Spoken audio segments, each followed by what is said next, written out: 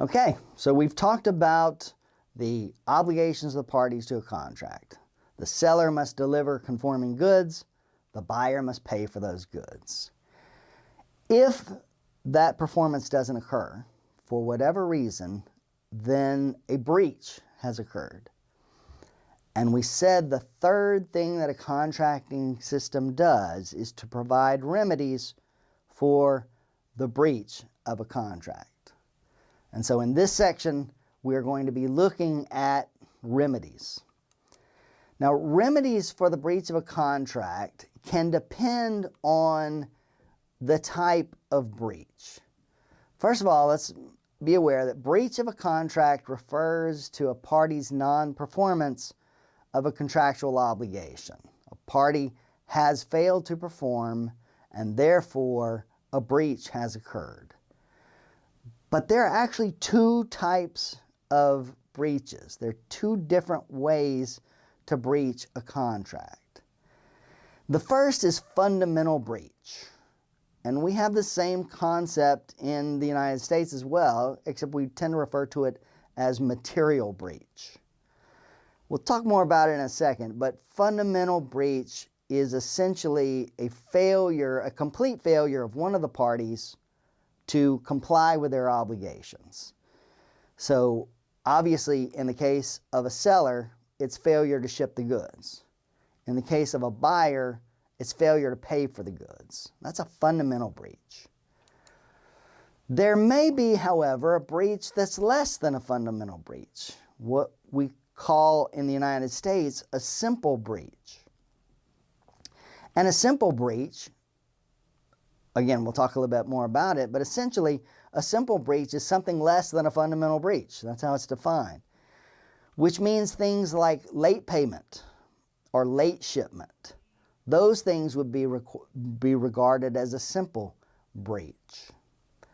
When we talk about material breach versus simple breach, what we really are looking at are the expectations of the parties.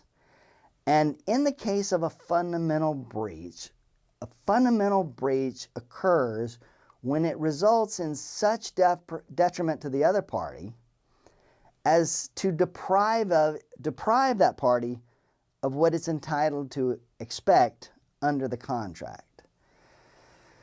So there must be a detriment to the other party, and that detriment must substantially deprive the party of what it expected under the contract, meaning the party's expectation was not met, usually at all. So if my expectation was never met, then that indicates a fundamental breach. So again, going back to the same thing, in the normal case of a buyer and a seller, if the buyer breaches and fails to pay, that's a fundamental breach. If the seller fails to ship the goods, that's a fundamental breach. Because in those cases, the buyer and the seller did not get the thing that they expected to get as a result of the contract. They didn't even get part of the thing. They were deprived of the entire thing. It would be as if we had a construction contract and you had hired me to build a new building, and I was a general contractor, and the building was a multi-million-dollar building, and there was a long list of specifications, and somewhere down the road I delivered to you a building that matched those specifications, except for 2 rooms were painted a different shade of cream. It's not fair to say that I breached the contract, although I did. I failed to do what I was obligated to do under the contract. But should I not be entitled to recover the purchase price of the building? No. Why? Because I mostly did what the contract called for. It doesn't mean that the buyer is going to not have options. They're going to be entitled to offset the amount that they pay me by whatever it costs to fix those 2 rooms. But nevertheless, it wasn't a fundamental material breach. A fundamental material breach would have been if I never started construction of the building, if I simply failed to start construction.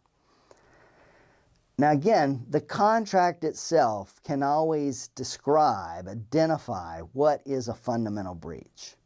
Because this is sort of a gray area, what is it the party expected to receive and was it deprived substantially of that? Oftentimes, two parties entering into an international sales transaction would agree between themselves as to what a fundamental breach would be. And that way we don't need to worry, is a partial shipment a fundamental breach or a simple breach, if the parties have described in the contract what's necessary in order for those standards to be met.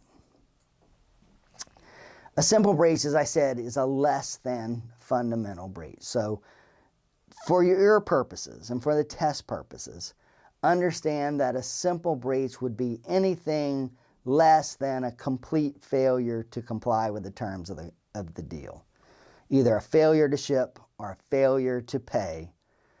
Any other type of breach, late payment, late shipment, things of that nature, those would be a simple breach. And the reason this is important is that the remedy can change depending on the nature of the breach. Was it a fundamental breach or was it a simple breach?